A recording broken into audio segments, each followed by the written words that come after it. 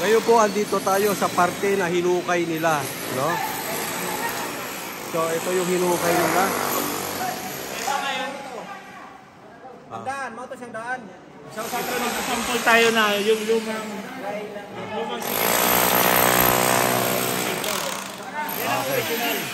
Okay. So, kumukuha tayo ng semento, sample ng lupa at saka yung original na hukay, ay original na semento. Napaka-dry. Ito, basa. Ito, tinakpan lang nila, basa pa.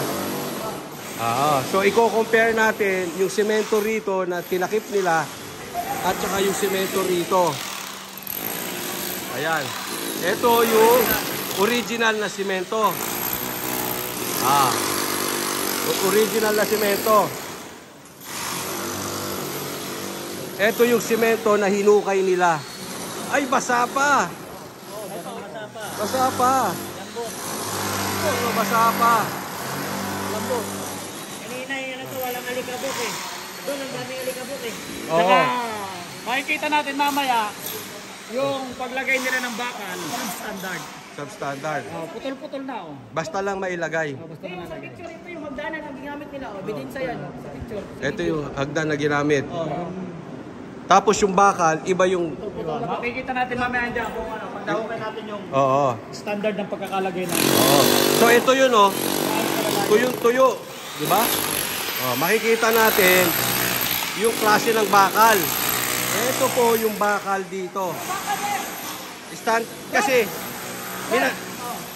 Tapos ito, traded rod. Lalinito yun.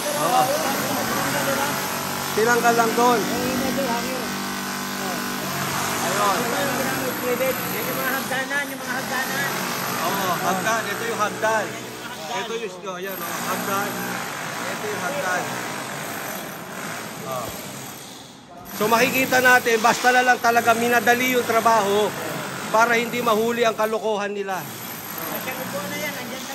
Ito ito yun. Ito yung hagdan. Yan yung hagdan. Tapos ito. Yan siya.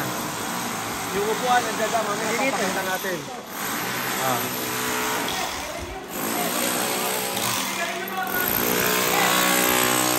Ito. May nakita pang sigarilyo sa hukay. Ayan. Ganyan po katindi. Madumi. Talaga minadali lang tong area na ito. Diba? Ngayon, kung meron silang talagang hinahanap dito at legal yung ginagawa nila, bakit nila tatakpan? Di ba? Simple lang eh. Ano mo? Basang-basa. Makikita mo, basang-basa ha? Kung illegal yung ginagawa nila, bakit nila tinatakpan? Ito yung upuan at pinakita natin yung picture kanina. Nasa ilalim ng hukay. Yan. Yan yung ano. Di ba parehas? May lupa pa yung paa ng... May lupa pa. Ayan. Ganyan pa katindi. Ang tanong natin, dito kay Torre, pwede puntahan.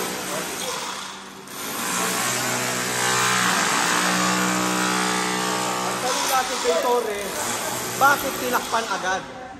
Diba? Kung tama yung ginagawa ninyo, hindi nyo itatago. Kahit tingnan ng pulis, kahit tingnan ng senador, kahit tingnan ng presidente, kung tama yan, titindig yan. Pero kaya nyo tinakpan dahil alam nyo may mali kayong ginagawa. Alam nyo may illegal. Kaya ang tanong, Torres, may hukay pa dito o wala? Ganun lang eh. At alam ko, tatanungin yan sa Senado, under oath. Torre, may hukay ka bang ginawa dito o wala?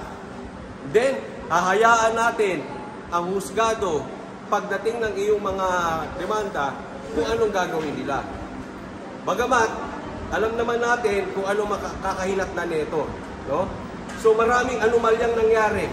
Itong lugar na ito ay hindi pinapasukan na dapat lahat ng ebidensya makukuha at titingnan nila dito, dapat may kasamang tao. Ang tawag nga doon ay transparency. Pero bakit? Hindi nyo kami pinapasok. Ultimo yung mga members ng KOJC na dito nakatira at kanila ito, hindi nyo pinapasok. Diba? Sana